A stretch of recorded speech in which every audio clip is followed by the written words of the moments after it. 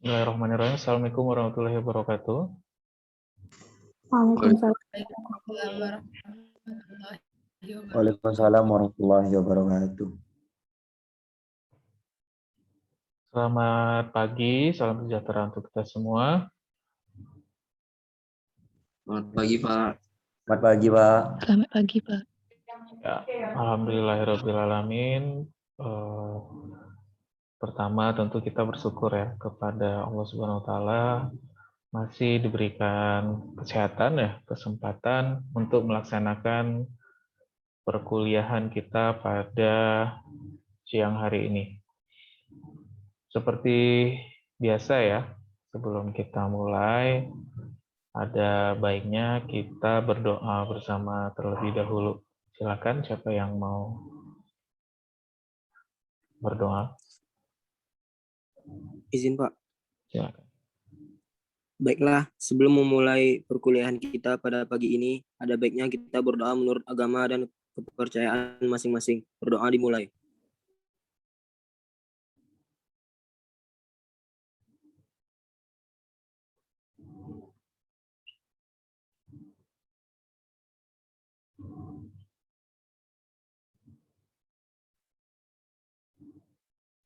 Doa selesai. Terima kasih Muhammad Akbil. Kita ini ya lanjutkan terkait metode seleksi pada tanaman menyerbu silang. Izin saya share slide-nya terlebih dahulu. Mohon diingat lagi ya, minta tolong diingatkan saya kita sudah sampai mana minggu lalu. Ada yang coba buka catatannya, sudah sampai mana?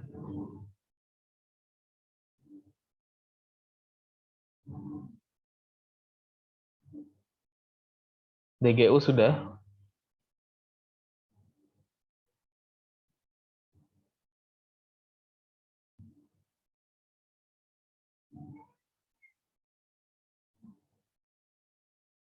DGU-nya sudah?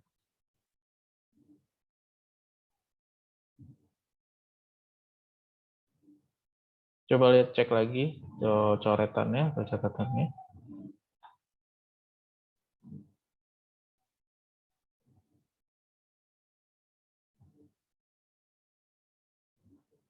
Belum, Pak.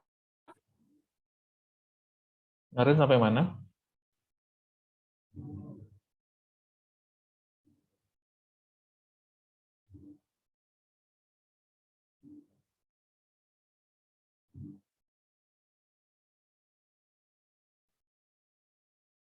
Berulang fenotip sudah ya pasti ya? Sudah, Pak. Oke, berarti kita masuk ke seleksi berulang untuk daya gabung umum. Nah, kalau saya tulis DGU, itu berarti untuk singkatan dari daya gabung umum. Sedangkan kalau DGK berarti untuk daya gabung khusus. Sebelum saya jelaskan lebih lanjut terkait pengertian, penjelasan, dan prosedur untuk seleksi daya gabung umum, kira-kira kalian sudah tahu belum bedanya daya gabung umum dengan daya gabung khusus? Siapa yang bisa menjelaskan?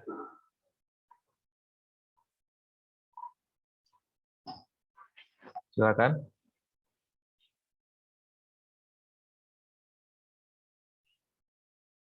Ada yang tahu apa beda daya gabung umum dan daya gabung khusus?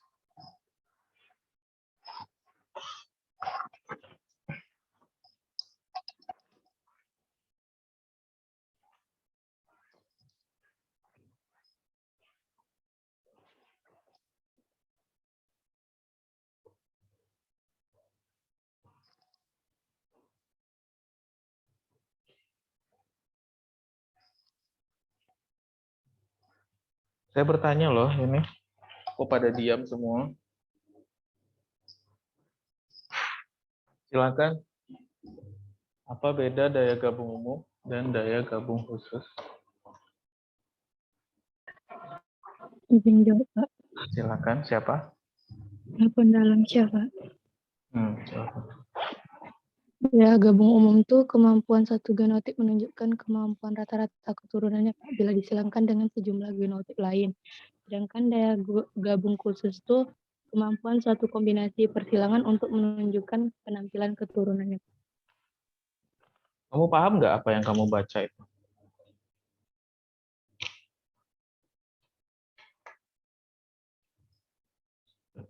Nggak apa-apa, itu benar jawabannya, bukan salah ya. Itu jawabannya benar. Tapi kamu paham nggak apa yang kamu ini kan baca barusan?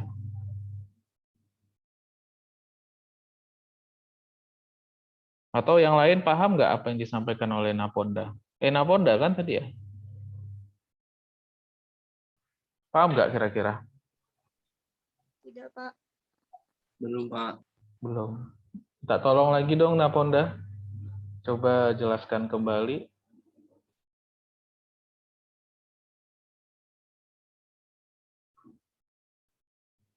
Naponda, Iya Pak. minta tolong jelaskan kembali.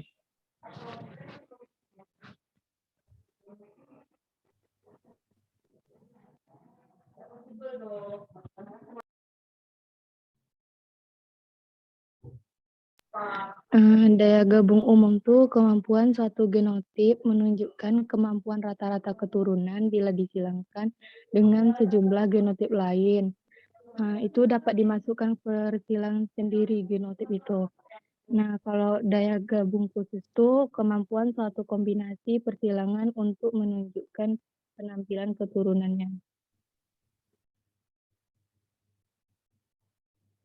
Bagaimana? Kamu sendiri paham nggak Naponda? Apa yang kamu sampaikan?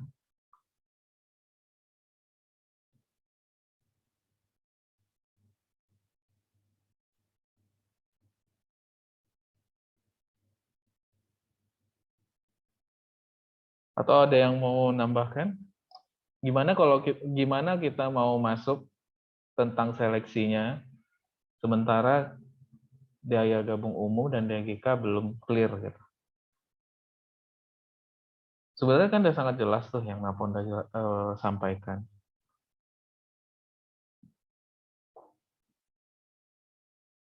Makin lama makin sedikit yang open cam ya, sedih saya.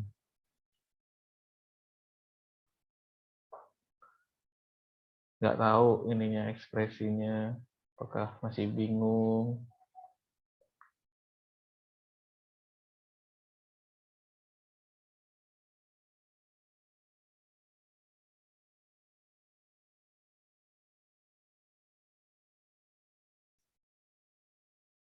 Bagaimana? Ada yang mau menambahkan atau mau mencoba menjelaskan lagi biar sampai paham gitu. Kata kuncinya dengan tadi apa? Kemampuan kan?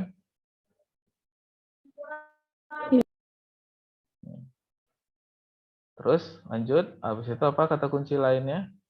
Kalau sama saya kan gitu tuh, keyword aja, sama kayak ujian nih. Misalkan nanti kita ujian gitu kan, UAS, ada soal esai, kalian nulis berpuluh-puluh halaman, kalau kata kuncinya nggak kena, nggak akan saya benarkan. Tapi kalau kalian jawab cuma satu kalimat, tapi keyword-keywordnya dapat, bisa nilainya lebih tinggi daripada menulis hingga berlembar-lembar gitu. Makanya saya selalu ingatkan kan keywordnya ini, atau kisi-kisinya ini gitu. Jadi keyword pertama itu kalau terkait dengan daya gabung tentu kemampuan. Nah, habis itu apa lagi? Naponda? Itu Pak. Daya gabung umum tuh kemampuan. Kok ke mute? Maaf Pak. Lanjut. Kok mute lagi?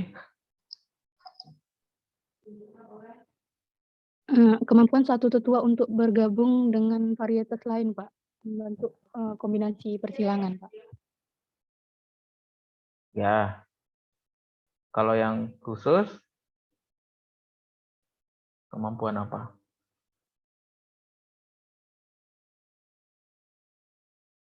Yang khusus tuh kemampuan apa, Pak? Kombinasi persilangan menunjukkan keturunan, Pak. Pada genotip atau tetua tertentu kan? Iya, Pak.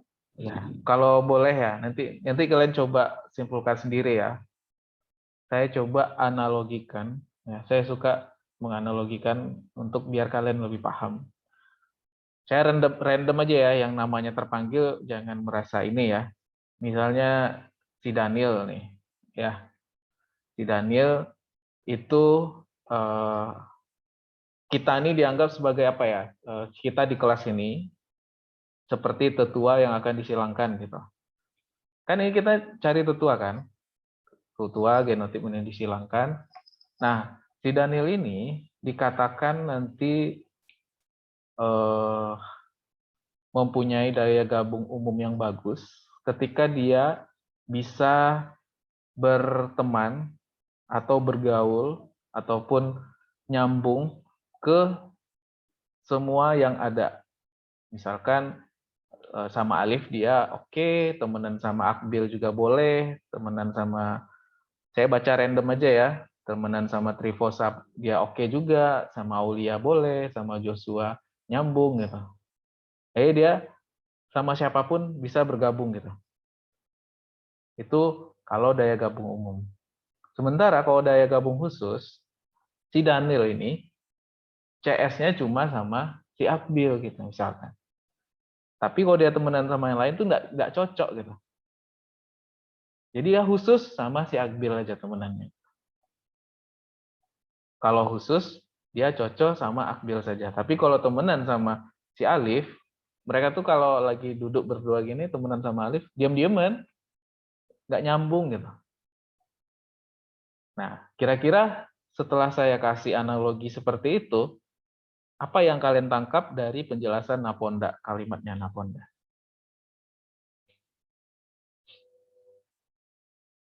Silahkan. Izin Pak, Daniel Pak. Silahkan Daniel. Kalau yang saya tangkap Pak, berdasarkan apa yang Naponda bilang dan analogi dari Bapak, yang saya tangkap tuh daya gabung umum ini di mana digunakan untuk merancang penampilan secara umum atau rata dari suatu galur yang dalam kombinasi hibrida. Nah, kalau yang khususnya ini dia merancang penampilan dari suatu galur itu, tapi dalam kombinasi tertentu. Istilahnya kayak dipilih gitu Pak. Apakah yang lebih baik atau lebih buruk dari yang diharapkan gitu Pak? Yang lain gimana? Saya mengerti sih maksudnya Daniel. Yang lain? Paham nggak maksud? Kurang, Pak. Pelan-pelan Daniel. Coba ulang lagi. Jadi kalau yang umum ini kan digunakan untuk merancang penampilan secara umum yang didapatkan dari suatu galur yang kombinasinya hibrida.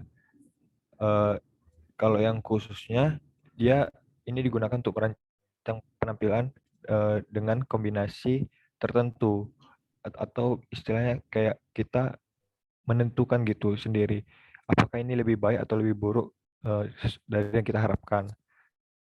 Yang kita tengok dari penampilan secara umum galur yang terlibat gitu. Masih bingung? Masih, Pak. Oke. Saya analogikan lagi. Ya, sebenarnya udah dapat, udah beberapa udah paham, cuman saya analogikan lagi. Jangan ini ya, ini kita kan belajar menganalogikan saja. Jadi misalkan karena Daniel ya, kita mulai dari Daniel lagi gitu.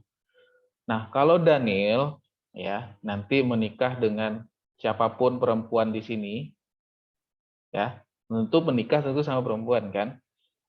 Jadi menikah sama siapapun perempuan di sini, anaknya bagus semua, pinter semua, kayak ya Daniel, anggaplah si Daniel pinter ya, jadi pinter semua kayak Daniel.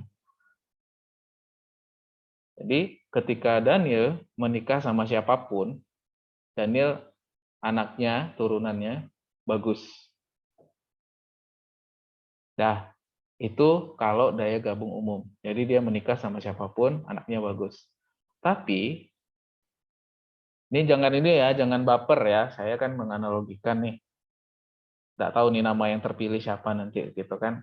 Misalkan si Daniel menikah sama Sherry. Misalkan, jangan baper saya bilang kan. Saya mohon maaf juga kan. Misal Daniel menikah sama Sherry, anaknya langsung udahlah ganteng, putih, tinggi, apalagi pokoknya yang pinter, baik, yang bagus-bagus ngumpul semuanya. Tapi kalau menikah sama apalagi ya, sama Putri gitu misalkan, anaknya nggak sebagus kalau dia menikah dengan siapa tadi namanya? Kok saya lupa? Sherry ya? Seri, Pak. Ya. Jadi menikah selain sama Sherry, si Daniel ini anaknya nggak sebagus kalau dia menikah sama Sherry. Itu DGK. Gimana? Masih bingung?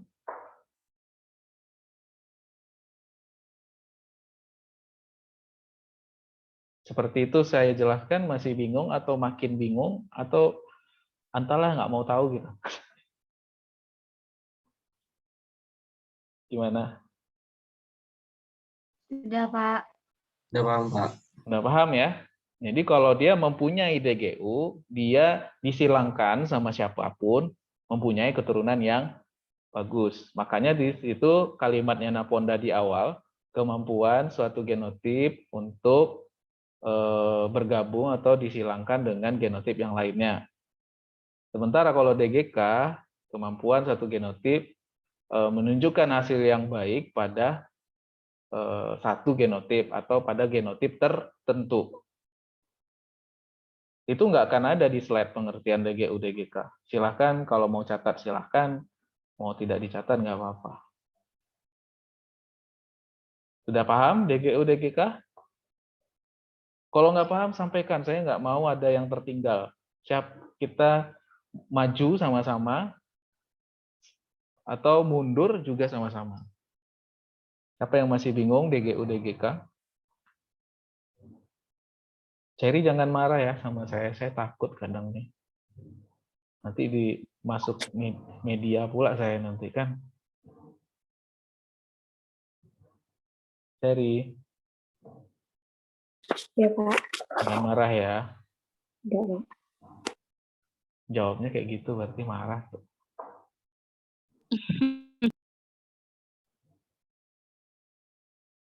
Nah, itu hanya contoh gitu. Mohon maaf sekali lagi, saya nggak ada maksud apa-apa. Udah paham belum? Yang lain? Sherry paham nggak, Sherry? Insya Allah, Pak. Alhamdulillah. Yang lain? Paham, Pak. Bisa kita lanjut? Lanjut, Pak. Oke. Karena kita sudah tahu DGU maknanya apa, DGK maknanya apa, kita lanjut ke mengenai seleksi berulang untuk daya gabung umum. Jadi seleksi ini untuk menilai DGU tanaman yang dipilih dari populasi dasar. Penilaian diarahkan kepada potensi genotip tanaman terpilih. Jadi bukan fenotipnya. Makanya genotip, kalau kita bicara genotip, tentu yang ada di dalam kan, tidak nampak kan, kalau fenotip kan yang nampak. Nah, kalau bicara genotip, kita pilih yang berarti maknanya yang ada di dalam tanaman tersebut. Bagaimana lihatnya? Tentu melihat pada hasil turunannya kan. Kita kan nggak tahu, genotip saya kan nggak tahu. Tapi kalau nanti misalkan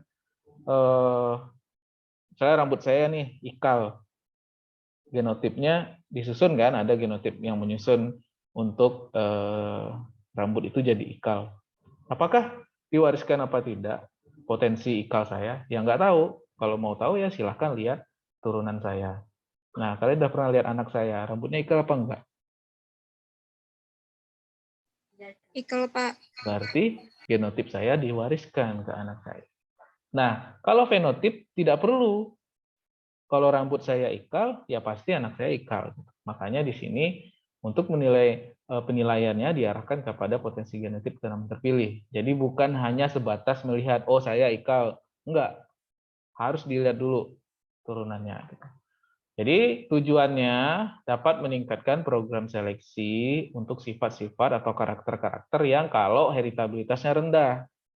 Kalau rendah itu kan kita nggak tahu ini bakal diwariskan apa enggak. Kalau tinggi nilai heritabilitasnya, ya sudah pasti bakal diwariskan nanti, walaupun persentasenya berubah. Lalu prosedur dasarnya sama dengan seleksi berulang biasa, ya. Namun dengan adanya uji keturunan. Nah, makanya kan saya bilang tadi kan, kalau mau tahu genotipnya bagus apa enggak, kita harus tahu keturunannya. Makanya di sini prosedur dasarnya adanya uji keturunan.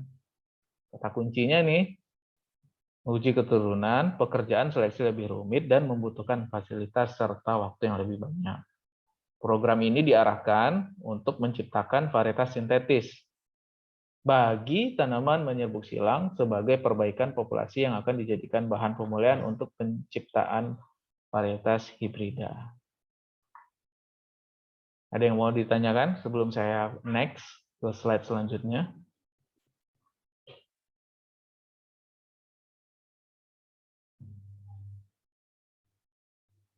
Ada yang mau ditanyakan?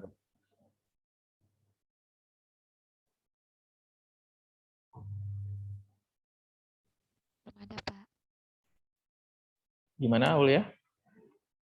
Belum ada, Pak. Nggak ada. Yang lain? Lanjut ya. Lanjut, Pak. Masuk ke prosedur. Tadi sudah penjelasannya, kita masuk ke prosedur. Siklus 1 pada tahun, jadi siklus itu terdiri dari beberapa step. Kalau di sini saya contohkan atau tuliskan dalam kata tahun. Ini misalkan kita nanam jagung di tahun pertama atau musim tanam pertama, kita tanam populasi awal atau populasi dasar, lalu kita lakukan shelving, misalkan jagung, berarti setelah ditanam, masing-masing jagung yang sudah ada tersebut, kita bungkus taselnya sebelum pecah, lalu tongkolnya kita tutup pakai plastik pada beberapa tanaman. Lalu ketika sudah pecah ya, tasel atau kotak sari atau polen atau serbuk sari sudah siap untuk disilangkan, kita potong taselnya tuh yang di atas, kita ambil, lalu kita serbukkan ke mana? Ke tongkol yang sudah siap juga untuk diserbuki. Setelah dilakukan shelving, jadi tuh tongkol jagungnya itu dipanen. Jadi satu tongkol, satu plastik. Secara terpisah, mirip irturo ya, atau kalau di tanaman menyerbuk sendiri mirip seperti pedigree. Panen secara terpisah. Lalu di musim tanam kedua atau tahun kedua, hasil panen yang ini nih, kan terpisah per satu kantong plastik itu, per tongkolnya. Kan isinya banyak. Isinya banyak kan, satu tongkol kan banyak bijinya. Tanam sebagian biji hasil shelving bersama tester. Jadi satu plastik itu diambil sebagian, tanam, tapi berdampingan dengan tester. Tester itu apa? Tester itu adalah varietas bersari bebas lain. Jadi kalau beli jagung bersari bebas, bukan yang hibrida ya, tapi kita beli jagung yang sudah ada di pasaran, yang bersari bebas, ditanam bersama dengan genotip-genotip yang sudah kita shelving tadi. Ditanam berdampingan, lalu dibiarkan terjadi saling silang atau bersari bebas.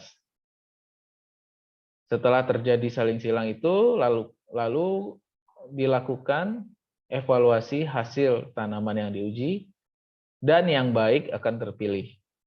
Jadi karena sudah ditanam, biarkan dia saling silang, tidak kita kontrol lagi persilangannya.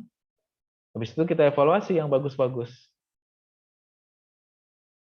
Ya. Misalkan dari 10 kantong, yang bagus itu cuma 5 tongkol yang terpilih.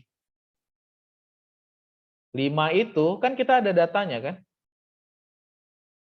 5 yang terevaluasi di sini, ya, 5 yang terevaluasi di sini, kita tanam, tapi bijinya bukan dari yang di tahun kedua, sisa dari tahun pertama. Kan kita ambil sebagian, yang terpilih itu ada 5, kan masih ada sisa bijinya tuh. Nah ini yang ditanam di sini. Jadi pas di tahun kedua, kita nggak panen benih, kita cuman evaluasi, tongkolnya bagus apa enggak, produksinya tinggi apa enggak, atau tinggi tanamannya sesuai dengan keinginan kita atau tidak, warnanya atau gimana. Semua yang kita inginkan kita evaluasi di sini. Tapi di tahun ketiga kita nanamnya dari panen biji yang pertama. Makanya di sini tahun ketiga atau musim tanam ketiga, tanam sisa biji tanaman shelving terpilih berdasarkan hasil evaluasi tahun kedua. Yang sebagian-sebagian tadi ditanam tanpa mengikutkan tester lagi. Dia aja ditanam. Dan dibiarkan saling silang atau bersari bebas. Lalu dipanen bijinya untuk keperluan siklus berikutnya. Berarti di siklus 1 ini, kita tanam populasi dasar, kita shelving, kita panen bijinya terpisah, tongkolnya ya, panen tongkol terpisah, lalu masing-masing tongkol itu ditanam lagi, tapi sebagian dulu, nggak dihabiskan bijinya, tanam bersama tester, lalu kita dibiarkan saling silang, ya, lalu kita evaluasi. Di mana letak kemampuan daya gabung umumnya di sini? Ada yang tahu nggak?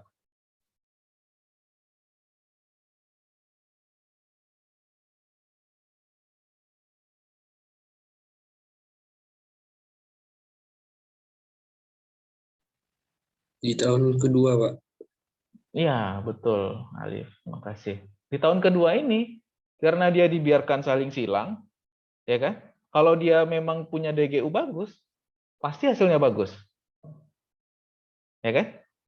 Nah, yang bagus-bagus itu sudah pasti mempunyai DGU yang bagus. Makanya dievaluasi yang bagus-bagus ketika sudah terjadi saling silang. Tuh. Lalu yang bagus itu kita tandain nomor berapa. Tongkol nomor 1 kah, 2 kah, 3 kah? 1, 2, 3 di sini ya. Nomornya kan sesuai dari sini dulu nih. Kita nomorkan. Tongkol nomor 1, tongkol nomor 2, gitu-gitu. Nah, yang bagus itu tanam lagi di tahun ketiga. Nah, itu dilakukan sampai beberapa siklus. Ada yang sampai siklus ketiga, ada yang sampai siklus keempat. Tergantung sudah stabil atau sudah bagus apa tidak hasil seleksi kita. Sebenarnya masuk ke siklus 2 ya. Siklus 2 mirip aja sebenarnya. Kita tanam biji hasil panen tahun ketiga di siklus 1 maksudnya ya. Lakukan shelving, lalu panen biji terpisah, lalu tahun keduanya kita tanam bersama ini ya, sebagian dari hasil shelving sini tanam bersama testernya masih sama di siklus 1, lalu evaluasi tanam ini kan sama aja kan, sama siklus 2, bedanya lanjutan dari siklus 1. Kayak saya bilang, berapa kali siklus ya tergantung. Kalau siklus 3 sudah dapat, ya udah kita berhenti di siklus 3. Kalau di siklus 3 belum dapat, kita bisa lanjutkan ke siklus 4. Itu terkait prosedur seleksi untuk DGU. DGU-nya di mana? Ketika di tahun kedua kita membiarkan dia saling silang atau bersari bebas bersama tester dan yang lainnya gitu. Kalau dia hasilnya bagus, karena kan nggak tahu kita kan nggak tahu siapa yang membuahi polennya dari mana, membuahi tongkol yang mana. Kalau dia bagus, berarti dia aman. Ada pertanyaan untuk prosedur DGU? Izin bertanya, Pak. Silakan. Izin bertanya. Gantian ya. Siapa duluan? Silakan. Alif izin bertanya, Pak. Silakan Alif. Untuk tester itu maksudnya apa ya, Pak? Silakan yang mau jawab. Gampang sekali jawabannya.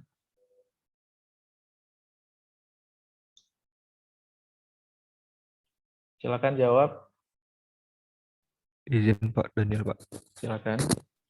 Kalau nggak salah tester itu tanaman biji jagung yang bersari bebas Pak.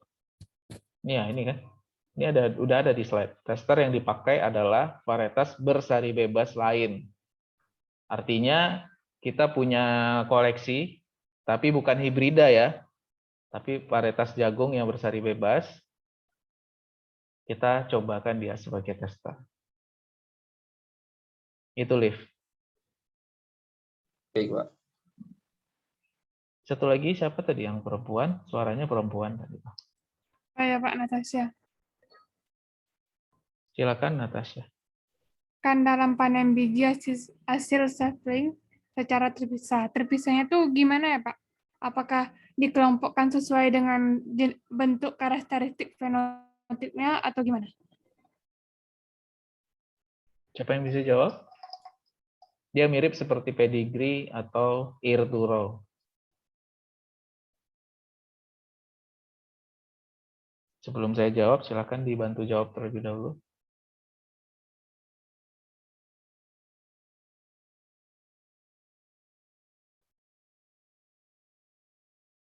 Terpisahnya yang seperti apa?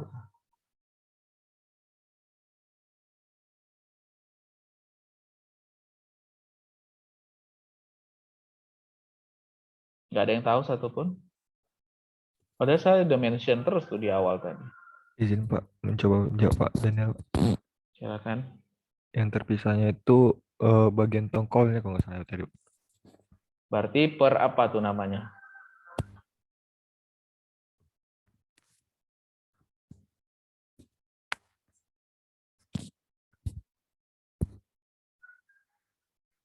Izin coba menjawab Pak Aulia Hardayani Ridwan. Mm-mm. Per fenotipnya Pak. Karakter yang tampak oleh mata.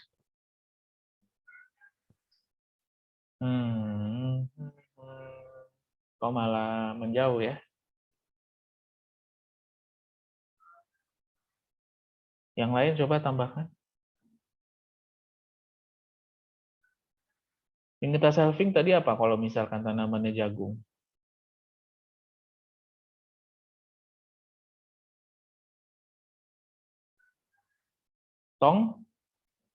Tongkolnya Pak.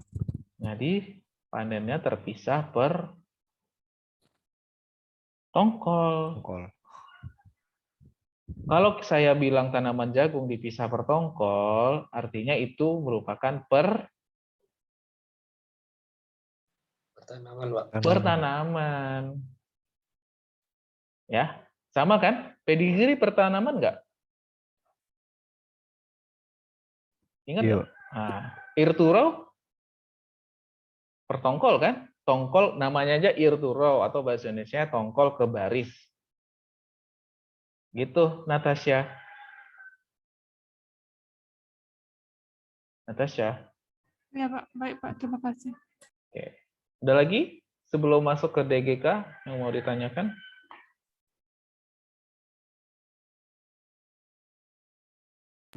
Belum ada, Pak.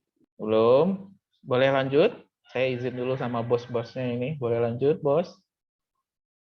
Boleh, Pak. Boleh, siap. Lanjut ya. Kita masuk ke DGK. Di sini dikatakan kalau prosedurnya ini sama dengan DGU. Jadi siklus 1, siklus 2 itu sama. Seperti DGU. Perbedaannya di mana? Terletak di testernya. Kenapa di sini? Jangan bingung nanti ya kalau saya bilang tester sama penguji, artinya sama kan?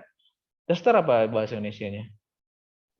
Pencoba gitu, Pak. Penguji. Ya, pencobanya, pengujinya gitu.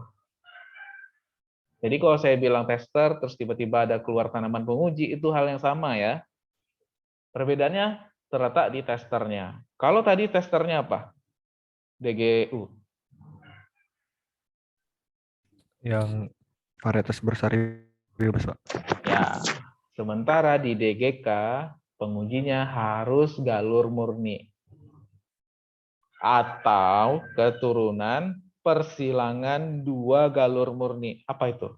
Keturunan persilangan 2 galur murni artinya apa? Varietas apa? Hibrida, Pak. Iya.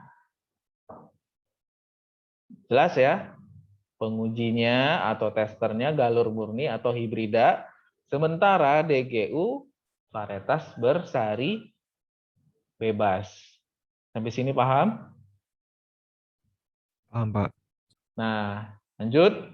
Ciri programnya terjadi peningkatan produksi tanaman keturunan dari populasi dengan pengujinya.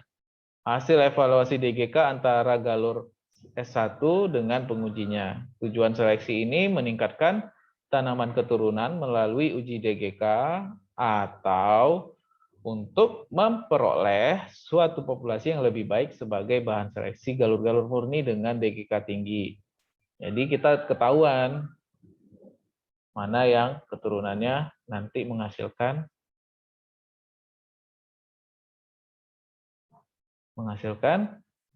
keturunan yang baik-baik atau yang bagus.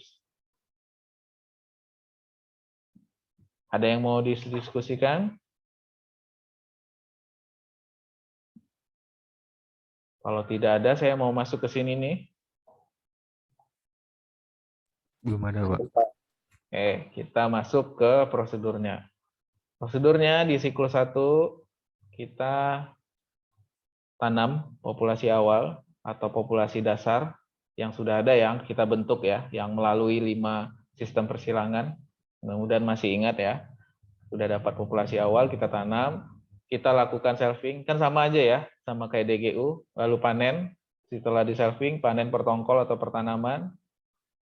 Di tahun kedua, ambil sebagian dari masing-masing biji per tongkol atau per tanaman tadi, ambil dulu sedikit, sebagian saja, ditanam bersama tester. Nah, kalau DGK testernya jelas kan tadi, galur murni dan atau ya, galur murni atau hibrida. Lalu dibiarkan saling silang, nggak kita kontrol penyerbukannya, dibiarkan saling silang, lalu kita evaluasi hasil tanaman yang diuji. Jadi kan nanti setelah terjadi saling silang, ya terjadi saling silang, nanti dicek, oh ini tongkolnya bagus, ini produksinya tinggi, oh ini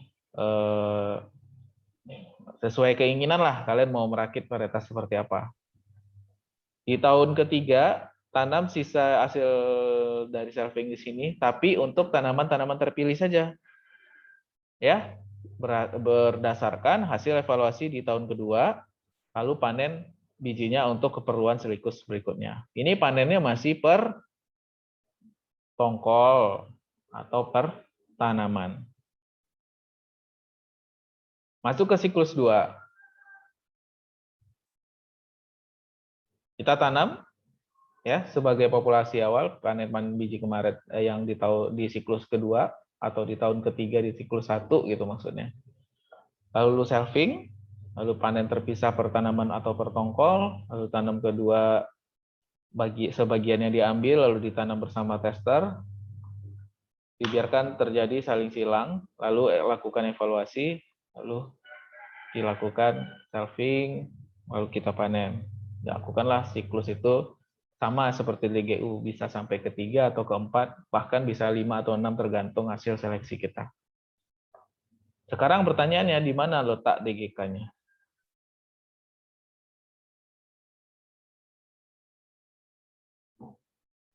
Di tahun kedua, Pak. Iya, kenapa di tahun kedua? Kalau DGU bersari bebas, kalau di DGK dia galur murni. Letaknya di situ ya. Kalau mau tahu dia punya daya gabung khusus, syaratnya harus disilangkan dengan galur murni. Kalau galur murni kan sudah pasti hasilnya atau genotipnya dalam keadaan homozigot, ya kan? Kalau galur murni kan genotipnya homozigot. Nah, kalau Iya, dia genotipnya homozigot, ketika disilangkan sama yang kita punya, hasilnya kan pasti sama kan? Artinya dalam artian homozigot itu membawa satu genotip yang sama kan? Misalkan A besar, dia mewariskan hanya A besarnya saja. Tapi kalau varietas bersari bebas, kan dalam keadaan heterozigot. Nah, dia mewariskan ada A besarnya, ada A kecilnya. Kan kita nggak bisa kontrol. Jadi makanya dia umumnya, kalau khususnya, karena dalam keadaan homozigot, hanya akan mewariskan satu gennya saja yang diwariskan ke turunannya, makanya ketika itu bagus, ya memang bagusnya karena gennya gitu, terkontrol. Itu untuk yang DGK. Saya masuk ke resiprokal. Sebelum masuk ke resiprokal, ada yang mau ditanyakan untuk DGK? Keywordnya jelas kan tadi? Kalau DGU, karena testernya bersari bebas. Kalau DGK, karena testernya galur murni. Atau hasil persilangan dua tetua galur murni.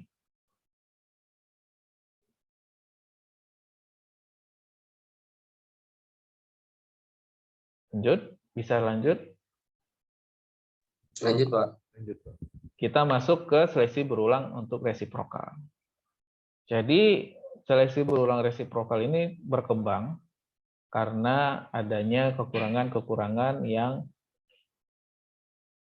terdapat pada DGU dan DGK. Makanya seleksi ini berdasarkan uji keturunan, tapi untuk mengevaluasi kemampuan DGU dan DGK-nya sekaligus. Kalau tadi kan DGU aja.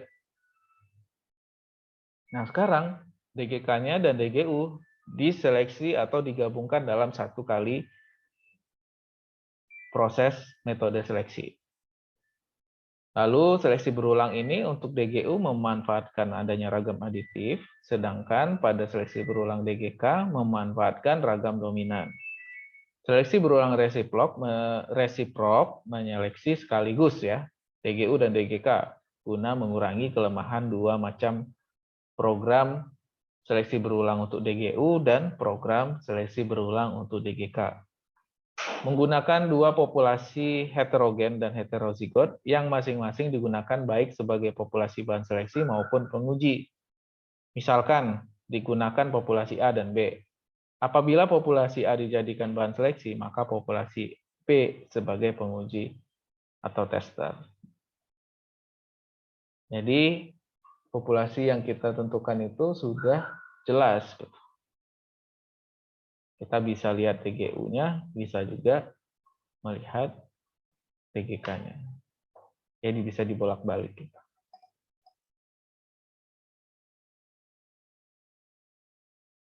Ciri program seleksi berulang untuk resiprok, pada mulanya kedua populasi penguji bertindak untuk uji keturunan bagi DGU. Ya. Namun setelah seleksi berlangsung, terjadi pergeseran secara bertingkat bahwa kedua populasi tersebut diperuntukkan untuk menguji kombinasi gen dalam arti DGK. Sasaran akhir, persilangan dua populasi untuk memperoleh penampilan hibrida secara maksimal. Jadi sebenarnya tujuan akhirnya untuk mencari tetua, ya, tetua yang nantinya kalau disilangkan memperoleh hibrida secara maksimal. Jadi setelah DGU-nya dicek, lalu DGK-nya yang mana, setelah itu didapatkanlah dua populasi, dalam artian dua populasi tetua ya, untuk memperoleh penampilan hibrida yang dia bukan hanya DGU, tapi juga dia mempunyai DGK yang bagus. Hasil akhirnya HIP Brida nanti. Bridanya maksimal. Tapi informasi yang didapat adalah 2 populasi. Ada mau ditanyakan? Kalau tidak ada, sebenarnya sudah selesai slide kuliah kita pada hari ini. Ada yang mau didiskusikan?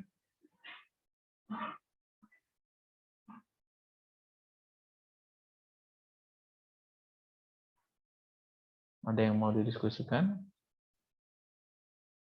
Cukup? Cukup, Pak. Cukup. Sebelum kita selesai perkuliahan, kita akan ada diskusi kelompok terlebih dahulu, karena seleksi untuk silang banyak belum ada di slide. Jadi tugas kalian mencari penjelasan terkait seleksi silang banyak dan bagaimana prosedurnya. Saya kasih waktu hingga 11:20. Siapkan penjelasannya dan prosedurnya dalam slide. Nanti kita akan pilih beberapa kelompok untuk menjelaskan terkait dengan seleksi silang banyak atau polycross. Untuk pekerjaannya kelompok saja, bukan individu, akan saya bagi dalam breakout room sesuai dengan kelompok praktikumnya. Ada 5 kan? 5 kelompok, benar nggak, Liv? Iya, Pak. Iya, Pak.